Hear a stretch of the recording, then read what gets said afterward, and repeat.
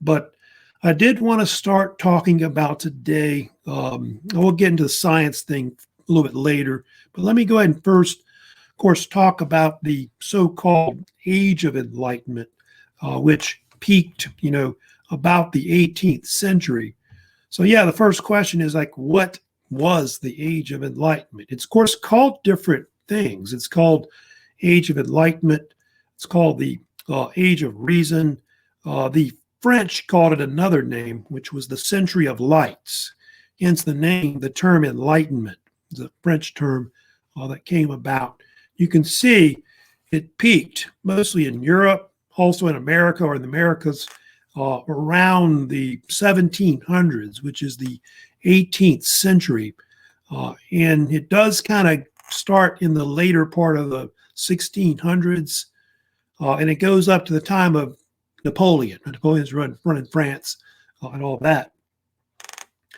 And the Age of Enlightenment, you can see there, it's like a kind of an intellectual movement. Like a lot of the men that are involved with it later are mostly called philosophes, which I'll get to later, which is a term meaning philosopher in French, but they weren't really philosophers. They were more like these intellectual writers, I guess, that were in Europe and America and so on, that were heavily influenced by the scientific revolution, originally, and also the Renaissance, which happened, before the scientific revolution, going back to like Italy and Europe and all that. The scientific revolution really, peaks from the late 1500s and it goes up to like the 1700s. That's when like a lot of your early science starts at that point. And the Enlightenment was famous for spreading a lot of new ideas, especially political new ideas. If you know about this, like I've got a few up there. There's, of course, other things they also came up with, but I've got the main ones, I guess, that are the most famous. The ideas of democracy, which go back to ancient Greece, the idea of representative government, where people could create their own self-government representation. The idea of Republican governments become more popular after that. Increased civil liberty, free press, free thought, free practice of whatever religion you want to do and not be persecuted, for it. And of course, you see on the bottom there, it destroyed pretty much the whole idea of absolutism. It kind of discredited divine right theory was considered, not the really right kind of government idea after that. And it became more like governments that were more based on people's ideas of self-government. So those are some of the ideas that they pushed. And then, of course, if you know about the Enlightenment as well, it also fostered a lot of revolutions, which it did, like worldwide revolutions. Which the first one, it started was pretty much the American Revolution here in the United States. It's pretty much a major influence on it overall. Started out in the 1770s. And then, the French Revolution that followed, that started in 1789. So they were heavily influenced by the Enlightenment. And then you also had the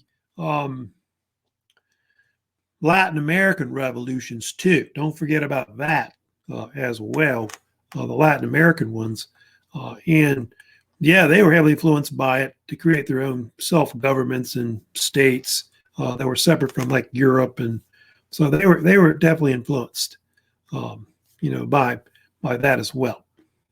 So now we got to also talk about like one of the main things that, of course, led to a lot of the Enlightenment starting, which I'll of course talk about today.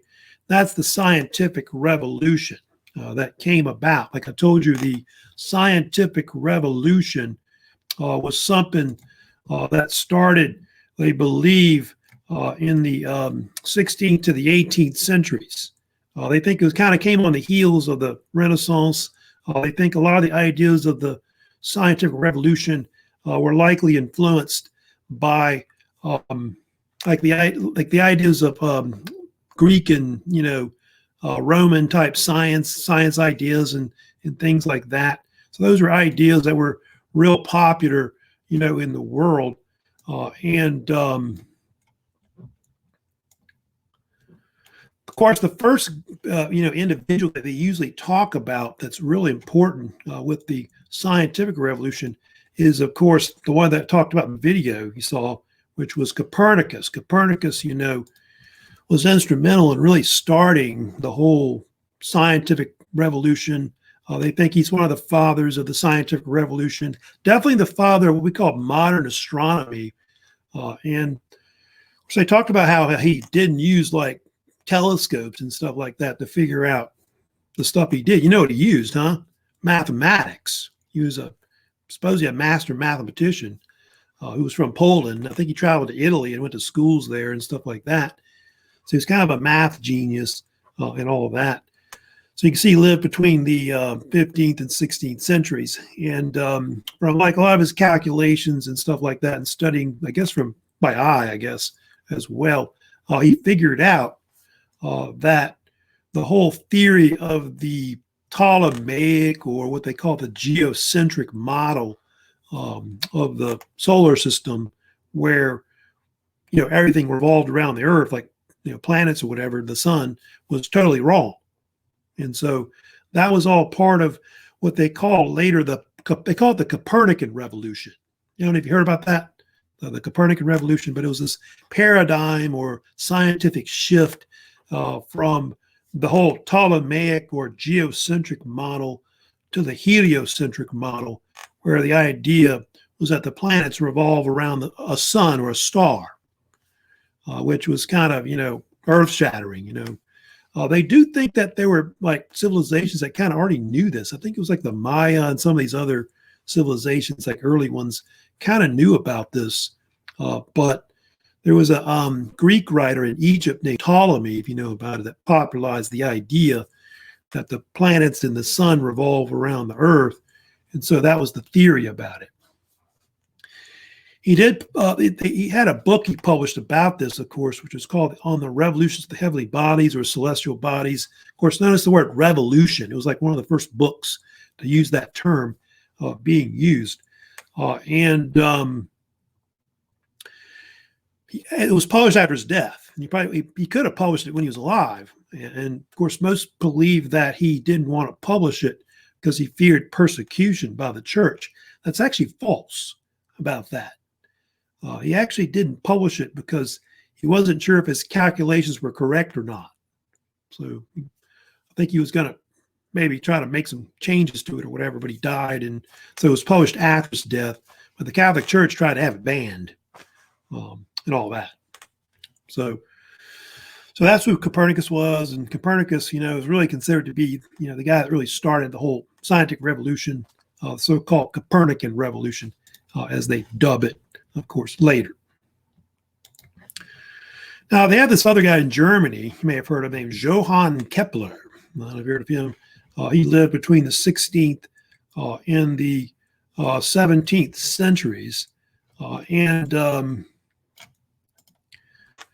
Kepler was actually a mathematician, too. It's like all these early astronomers were all mathematicians, if you read about it. Galileo, etc. I think the other guy, Tycho Brahe, was, too, as well. He was actually the master mathematician for the Holy Roman Empire.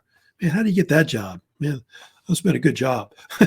Anyway, but so Kepler, if you study about Johannes Kepler, he was considered one of the first to develop a telescope, which the early telescopes he developed were called the Keplerian Telescope. And I don't know if you know what that is. The Keplerian Telescope is a telescope that uses lenses instead of mirrors. Later, they'll come up with mirrors to use in telescopes. So all the early telescopes used glass lenses, which weren't as good as using a mirror. He was the one that came up with that idea. And Kepler, you see in that thing there, came up with the idea of what they call the three laws of planetary motion. The three law, how that works, the three laws of planetary motion was that you can see those are it right there. First, he came up with the idea that, if you know a study about Copernicus had come up with the idea that the planets revolve around the sun, but in a complete circle, which was not correct. And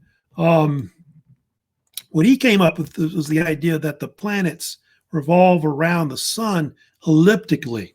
Yeah, elliptically. And so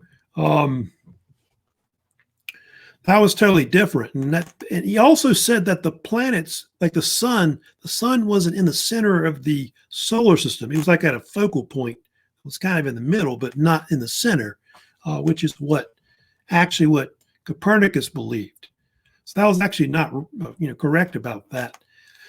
And then Copernicus also said that the orbits vary depending on the distance, and planets that are closer to the sun go quicker around the sun in orbit, and then also the distance vary from the sun. The fact that basically the farther a planet is, like say Saturn versus say Venus, will take a lot longer to go around the Earth. So their idea of like say our Earth year versus say one on Saturn would take a lot longer to go around. So that's who Kepler was. He was pretty instrumental. But there was another, of course, famous scientist that was well known. You probably have heard of course, that is real big, which is Galileo Galilei. He, of course, and Galileo was an Italian scientist, astronomer, mathematician, kind of a jack of all, kind of a polymath, Galileo.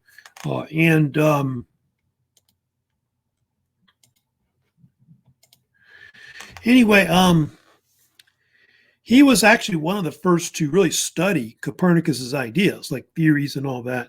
Because I think Kepler had his own theories. Like Kepler had his own model of the solar system as well. But Galileo realized that Copernicus' theories about the planets revolving around the sun was correct.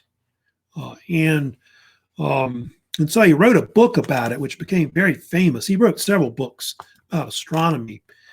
But he wrote this famous book in 1632 called The Dialogue Concerning the Two Chief World Systems. And what it did was it compared the heliocentric model that Copernicus came up with the old geocentric model of Ptolemy from the old Greek world and all that. And if you know what happened, it got him in hot water with the Catholic Church. The Church accused him of heresy because the Church had banned Copernicus's ideas. I guess the Church kind of favored the old ideas, of the planets and the sun revolving around the Earth. And so he was brought up in 1633 on Inquisition charges, believe it or not. And he was eventually put on house arrest for the rest of his life until he died in 1642. And there's a famous incident where he was forced to recant about whether what revolves around what, and he made the famous comment, like muttered under his breath. I think he said, "And yet it moves." That's what he said. He was talking about the Earth moving around the sun. So interesting guy, Galileo. He was also famous for studying about inertia and about how objects move in space, which some people call it the law of falling bodies originally, a long time ago. Galileo is famous for taking like various objects and trying to accelerate them, either rolling them down hills. There's stories where he went to like tall buildings and dropped objects off of buildings to see what would happen when the objects accelerate. There's this story, which I think is Apocrypha, that he used the Leaning Tower of Pisa. I don't know if that's really true or not. But what he found out was that when he dropped two different size objects, that they pretty much accelerate at the same time, And a lot of what he didn't know is that it was caused by gravity, gravitational pull of the Earth. Galileo didn't understand that yet, but they'd say Galileo was the first to actually figure out what gravity was. but it was credited later to Sir Isaac Newton. Then you have Sir Francis Bacon. He's also very important in the dealing with the scientific period as well of this time. Bacon lived between the let me fix that. Lived between 1561 to 1626, and of course, not really considered a philosopher. He's more like a writer and philosopher. Really, before I guess it became the British Empire, later. But he's famous for advocating the idea of the scientific method, which is used later by scientists now today.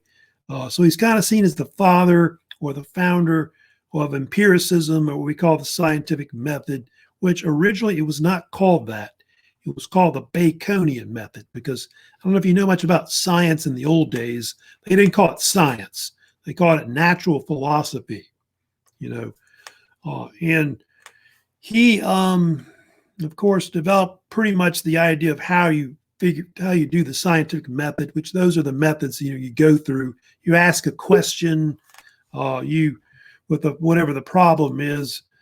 So you ask a question, problem, you research, hypothesis, experiment, observation.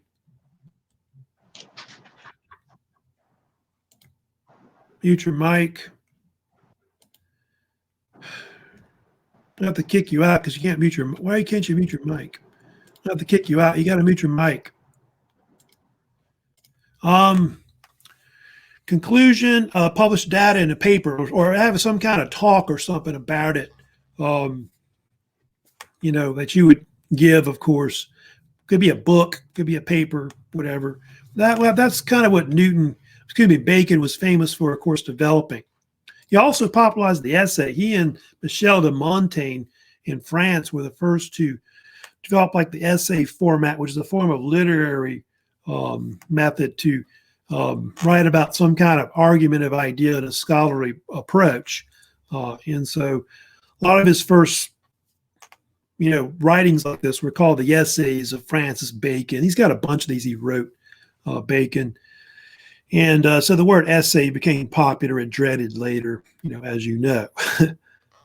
So that's Bacon and how he influenced, of course, the scientific period and also writing later.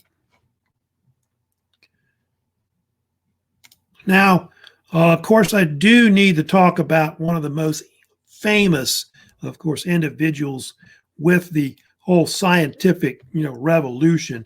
That's Sir Isaac Newton, who is the father of pretty much modern science today. He's definitely the most influential scientist of the whole scientific revolution, between the 16th and 18th centuries. Still considered the top 5 scientists probably of all time. I think up there with Einstein. Newton was born around 1642. This is like when the English Civil War was going on, kind of a turbulent period, which I'll talk about in English history later. And he later went to Cambridge, attended Trinity College. If you know about Newton, he did hold that chair position you may have heard of called Lucasian Professor of Mathematics, which is pretty prestigious. You may have heard of Stephen Hawking, right? He held it for years later as well. Besides being the father of modern physics, they do think that Newton is one of the guys that invented modern calculus. Up there you see with Gottfried Leibniz in Germany.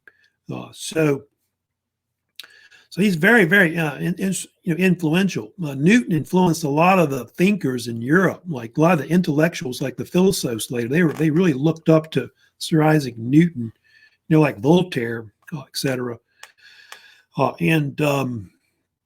He had a famous work. It's his magnum opus, which is, of course, the Principia, which the long name for it is the Mathematical Principles of Natural Philosophy, published in 1687.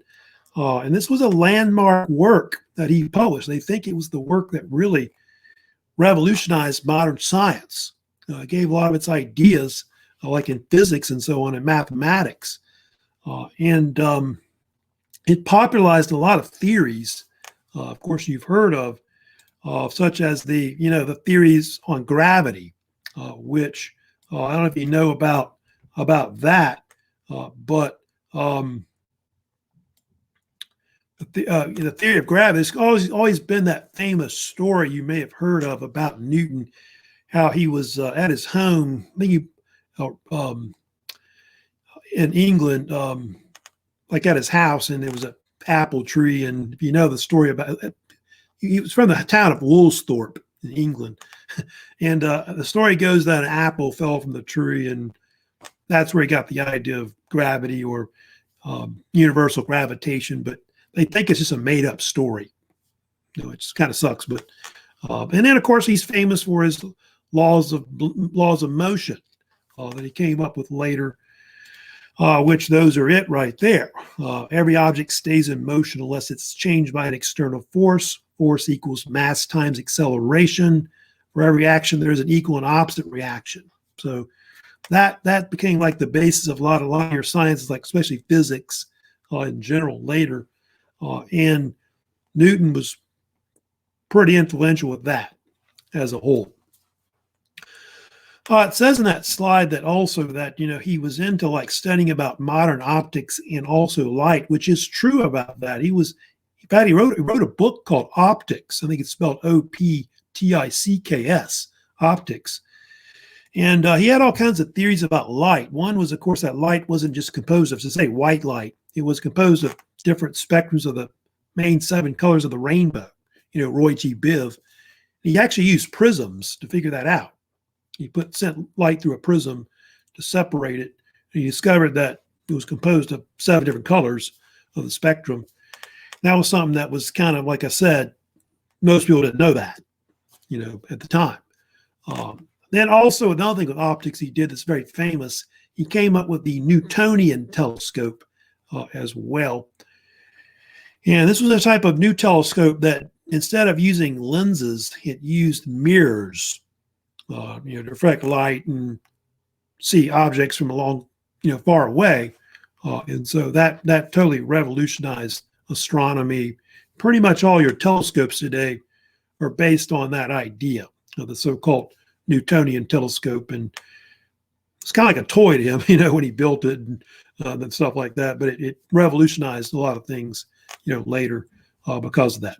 So Newton was, heavily influential, like probably the most, influential scientist, not just in the scientific revolution, but also in the so-called age of enlightenment or reason that would come later. Now, I need to move on, and of course, I need to talk about the main thing, of course, today, which is getting into the age of enlightenment. So I want to talk about that next. The Philosophes. The Philosophes were very, very famous. Of course, as you see, it's a French name, that they use for that. Who were the Philosophes? The Philosophes were these French, English, some were American type thinkers, intellectuals at the time. Of course, I told you the word Philosophes meant philosophers in French. And they were heavily influenced by the ideas of the scientific revolution and the Renaissance. And most of them lived in the 18th century, although some lived in the late 1700s and probably early 1800s. Like John Locke, as an example later I'll talk about, lived in the late 1700s, early 1800s. The Philosophes were instrumental in really spreading a lot of the ideals of the Enlightenment. There was like no borders, that could really bar them. And so they were known as either the Republic of Letters or the Men of Letters, because they often corresponded with each other. They wrote to each other, shared ideas. They even wrote, if you know about this, to major rulers of Europe. Like Voltaire was very famous for writing to Catherine the Great, Frederick the Great. Denis Diderot, I think, if you know about it, I'll get to it later, corresponded with Catherine the Great even went to visit her in Russia. And so they tried to share ideas and things like that. The Philosophes had different ideas that they popularized. Those are the five main ones that were, I guess, the things that they mostly try to spread, idealistic as well. Reason is the one thing that they tried to spread the most, because they believed that everything was based on reason. The world wouldn't be so full of bigotry, racism, injustices against different nationalities, religious groups. People would have more rights, and things like that. So those are ideas that the idea of reason was the most famous idea they pushed. They wanted reason over maybe emotional ideas or superstitious ideas, that kind of thing. Nature. They thought that nature pretty much dictated the universe. There's natural laws that govern the universe. I'll talk about deism a little bit in a second, but like they believed that the whole universe was like a clock, that God had winded up and let it go. That God doesn't dictate things that happen, superstitions and things like that. They also thought happiness is something that ought to be part of people's lives. The government should be working to make people happier, not miserable, and things like that. If you know about Thomas Jefferson, borrowed that in the Declaration of Independence when he said, life, liberty, and the pursuit of happiness.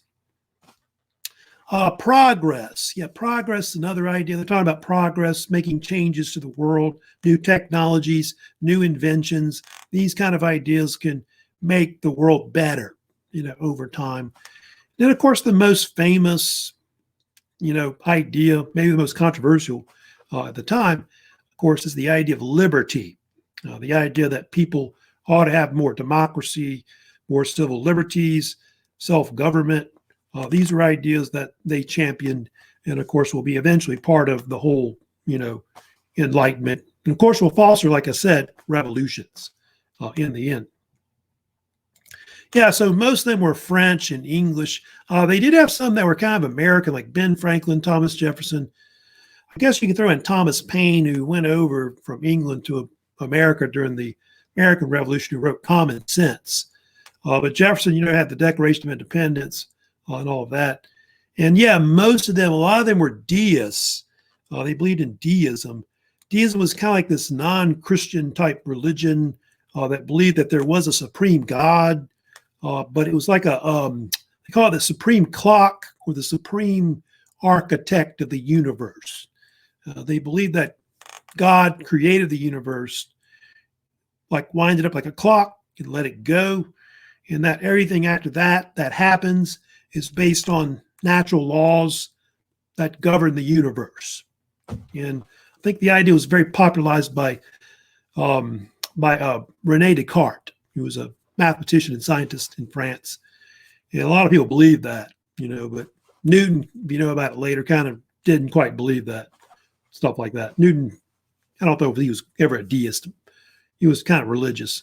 So those are examples of famous Philosophes you see on the bottom there. Voltaire, of course, was the most famous figure of the whole Enlightenment that they had. Of course, you got Denis Diderot, who I'll talk a little bit today about. Baron de Montesquieu as well was another one. And Jean-Jacques Rousseau. I'm not sure if I'll be able to finish all these different individuals we'll talk about today, but I'll talk about some of them, I guess. We'll start and we'll finish the rest later if we have time. So yeah, let me go ahead and talk about one of the first ones who's really the most famous, and that, of course, is Voltaire. And I think you may have heard of Voltaire.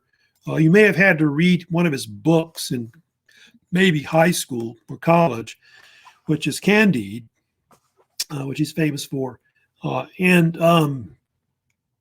His real name is actually not Voltaire. It's a pen name. His real name, of course, is Francois Marie Arouet.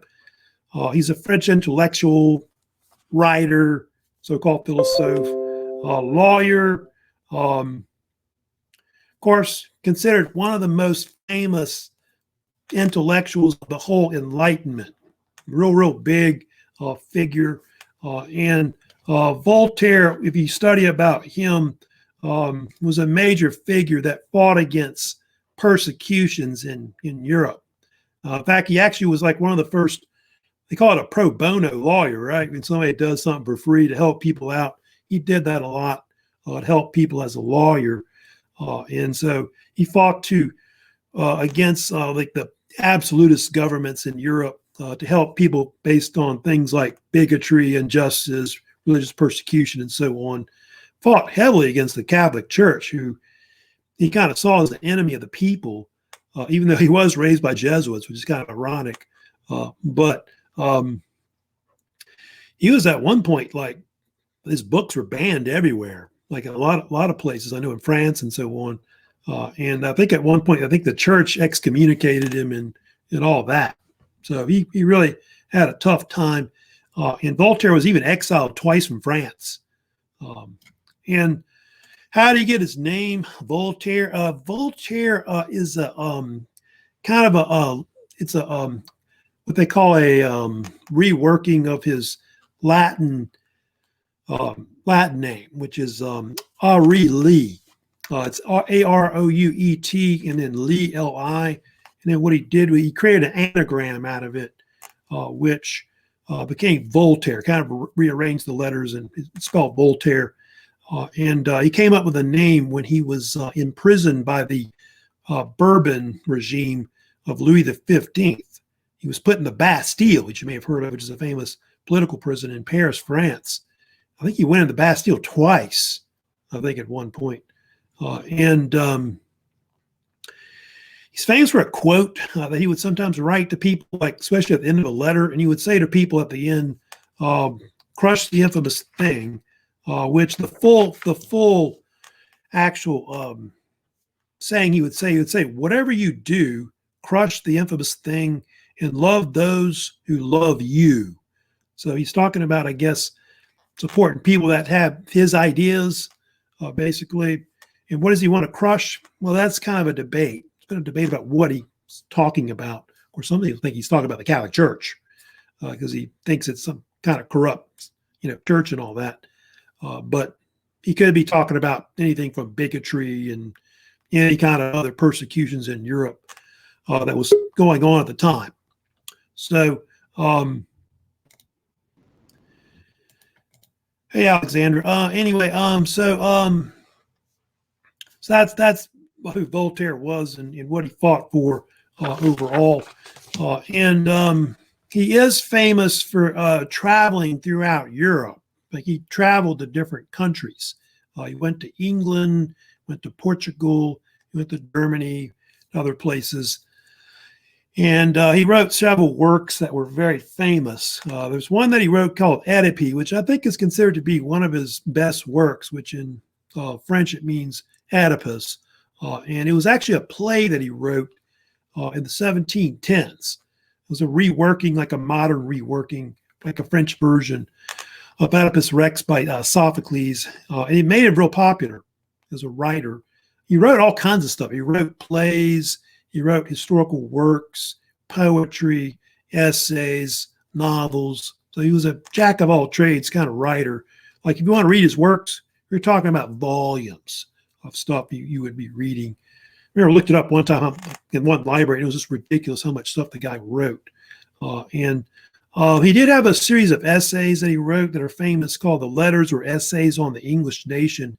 It was first published in 1734. It was after he went to England in the late 1720s. He was really impressed with the British, like their state and all that. Thought it was the best government and their culture was better than the French. And so he wrote a series of essays about it. And he was kind of critical toward his own country, France. And they got him in hot water, if you know about it. And the book was banned. And I think when he tried to go back to France, they kicked him out again. He traveled to Germany. He actually visited Frederick the Great, who they were very close friends for almost 30 years. And so, yeah, he was close with, he wrote to all these different, monarchs in Europe that were kind of like these enlightened despots like Catherine the Great and Frederick the Great. And then also he had a novel he wrote later in life, you see when he was in his 60s, called Candide, which was a satirical novel where the character's name is Candide. And it talks about the same ideas we're talking about, like persecution and all that. It's mostly a book novel about skepticism is what it's really about. And it's actually became his most popular work, but he didn't really like it. He actually just wrote it to make some money, believe it or not, supposedly. He did return to France in 1778. There was a story where he was at the border and a customs agent asked if he had any contraband with him. And you know what he said? He said, "No, only myself," is what he said. But when he came back to France, he was really popular. Like his play Oedipe was real big by that time. And a lot of his ideas, works, and so on heavily influenced the French Revolution later. Him and probably Rousseau were the two most influential, on the French Revolution. So that's who Voltaire is, famous enlightened figure and champion of the people, in a sense. All right, then, of course, if we have time, maybe to talk about also Denis Diderot as well. He was very famous during this period of the Enlightenment. Denis Diderot, of course, was a French writer, primarily, as he started out as a writer, publishing different works, like intellectual works, and he actually wrote some novels I'll kind of mention about briefly. They were kind of funny. He was one of two editors of the what they call the French Encyclopedia. The other editor was a man named, if you want to know his name, Jean de Lambert. Have you ever heard of him? And those two men, both French, eventually developed the Encyclopedia, which I've got a picture of it to show you, which is, let me get the slide here for you, but spelled with an E on the end instead of an A, Encyclopedia. It's like a general type encyclopedia or dictionary that dealt with like the arts and the science and other fields. And it became like a vehicle for like any kind of, you're an intellectual writer in Europe or somewhere, you could have your ideas published pretty much. Because a lot of places you couldn't publish stuff because, these writers were becoming secular, but a lot of regimes, didn't quite have free press. So you would ban stuff a lot of times. In fact, the encyclopedia was sometimes banned itself. In fact, the Catholic Church banned it at one point. But they say that the King Louis, I think 15th, may have had a copy of it or something like that.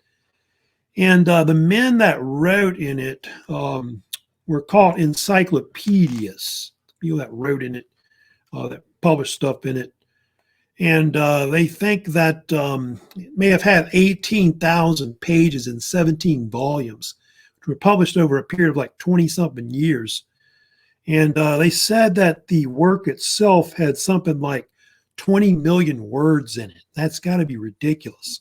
20 million words made it up. And if you know about the encyclopedia, it spawned other versions of it. The most famous that came out was the Encyclopedia Britannica, which I think the first edition came out 1768. That one became really more famous than that one. And I think over time they started alphabetizing everything, in the encyclopedia. And so pretty much that's what you use for like looking up vocab, I guess. You're doing just general dictionary, pretty much is what it is. And so that's basically what the encyclopedia was. So it's something that he invented, he and his friend Jean de Lambert, and that was highly influential because there are a lot of people that wrote in it that influenced other people, like Voltaire, Rousseau, and others published articles in it, and so on. Oh, Diderot was also very close to Catherine the Great. I don't know if you ever heard the story about this, but he wrote to her a lot.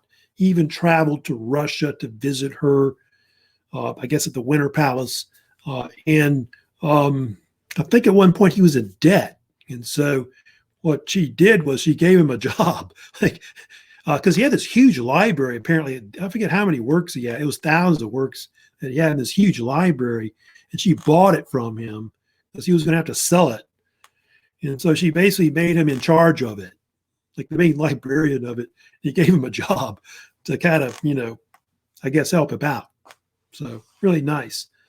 Diderot was also famous for writing novels, which he didn't do well with that. He started out as a novelist, trying to write novels before he did this other project, the Encyclopedia.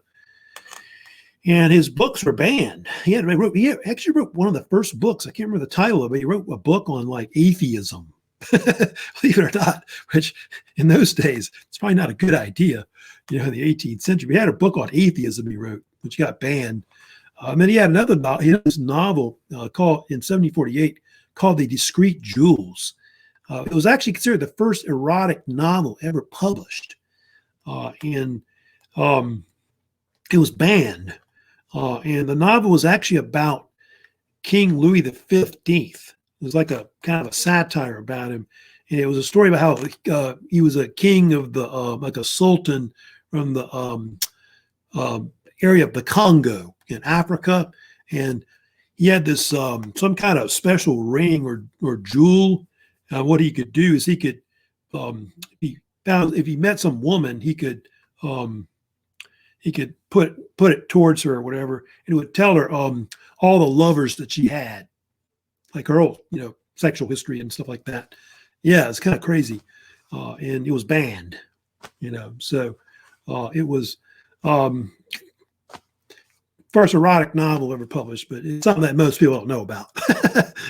I think for years later, it came out later, but for years it was banned until like the 1800s or something like that. So it's kind of a funny side story about Denis Diderot. All right.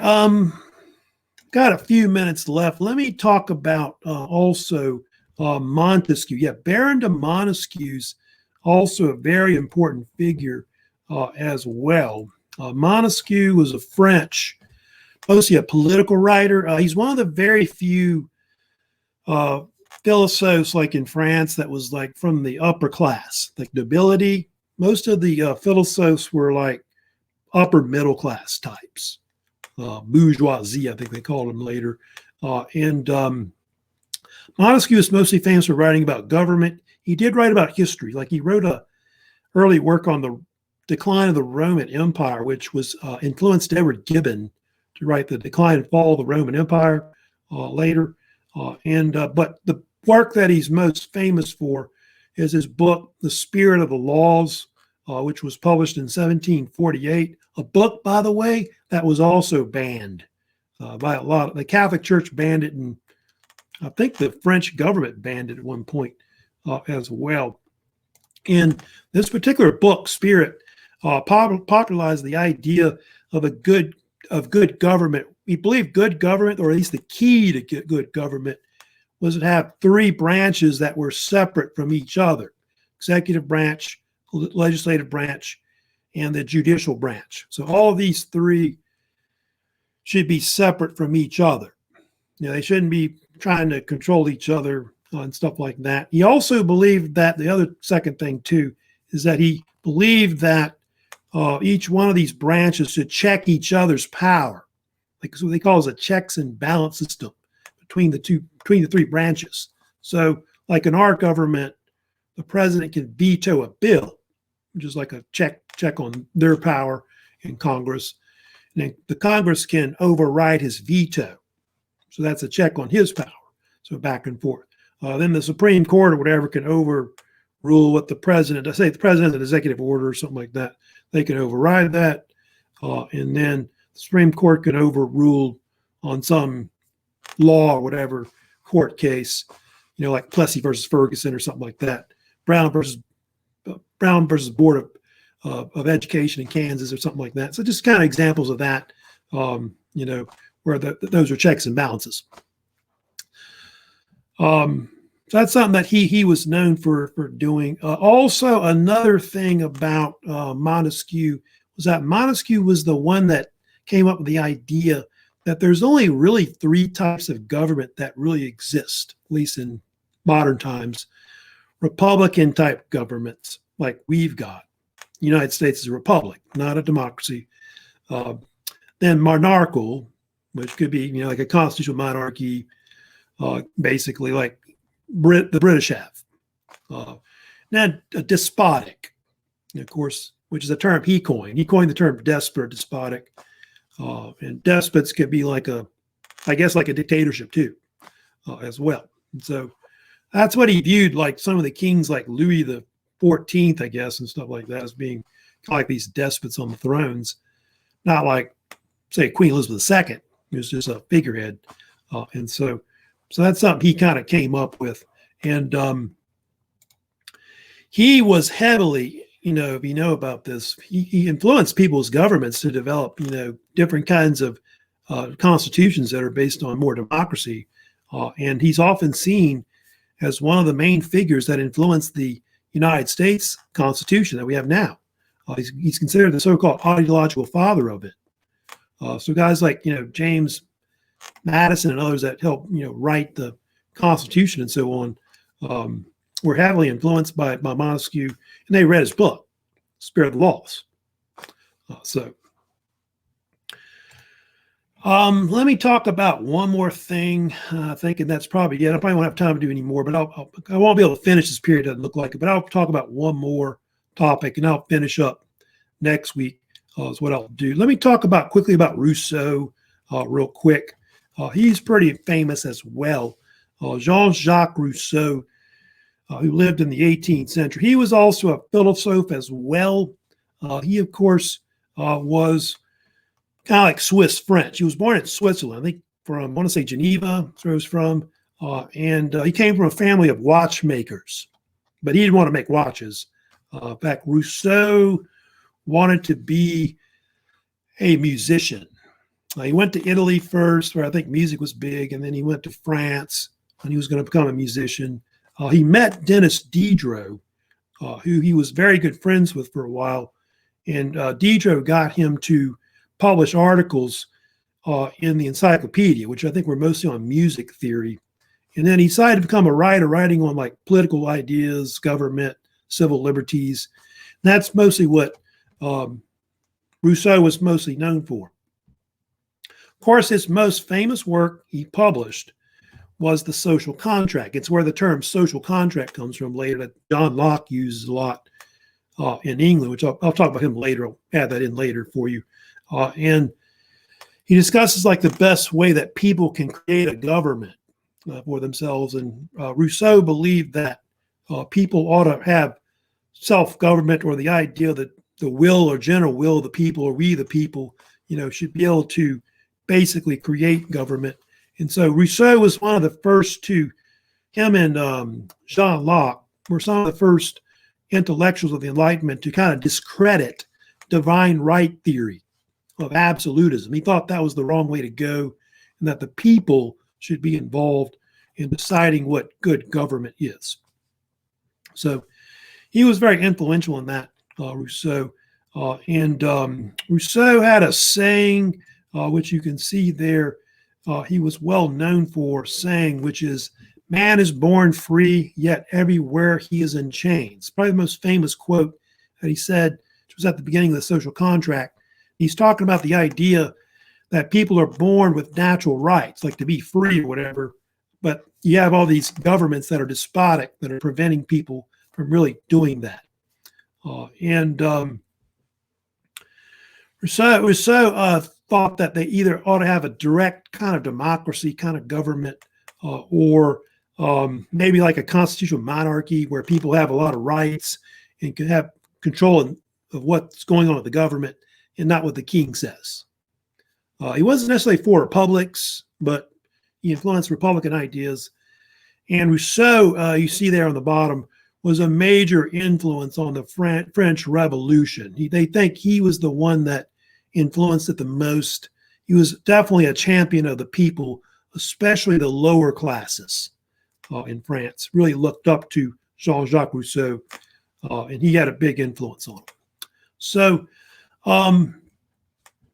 pretty much going to stop here for now.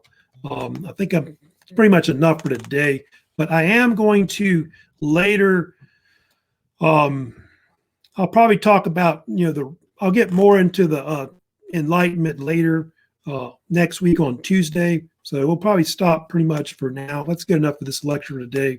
I need to, of course, be more working on anyway, trying to get that online first exam done. So that's the thing you need to really be concentrating on right now. So don't worry as much about these lectures today, just the ones before today, because, you know, that one last I did on Tuesday, you of course have to look over on Russian absolutism. So, but the lectures from now on right now, and I guess into next week, don't worry about as much, but do look over those later, because I will have some kind of likely Canvas quiz probably at the end of next week, because you still have these 2 assignments you've got now to do, of course, which is the one on the exam, and then the Sir Isaac Newton video assignment that I just gave you today. Okay, I will put an announcement up about the Newton video quiz. I'll put that up later for you as a reminder. So that's it for today. I'll review later on some of this material I'm talking about now, but I'm not finished with it. So I'll talk about that later. On Tuesday next week, I'll be finishing up the Enlightenment, and then I will be moving on to talk about early modern England and getting into their history as well. So let me know if you have any questions, by the way, about this lecture through my YouTube channel. I am going to post this video later for you. You can, of course, go to the playlist I've got for y'all's class, and do send me comments, questions about it. Let me know what you think, or if you, whatever kind of question you've got. Remember, you get bonus points for that. And that's it for today. So y'all have a good weekend. Hope y'all are safe out there in the world. And that's it. So take care. See you later.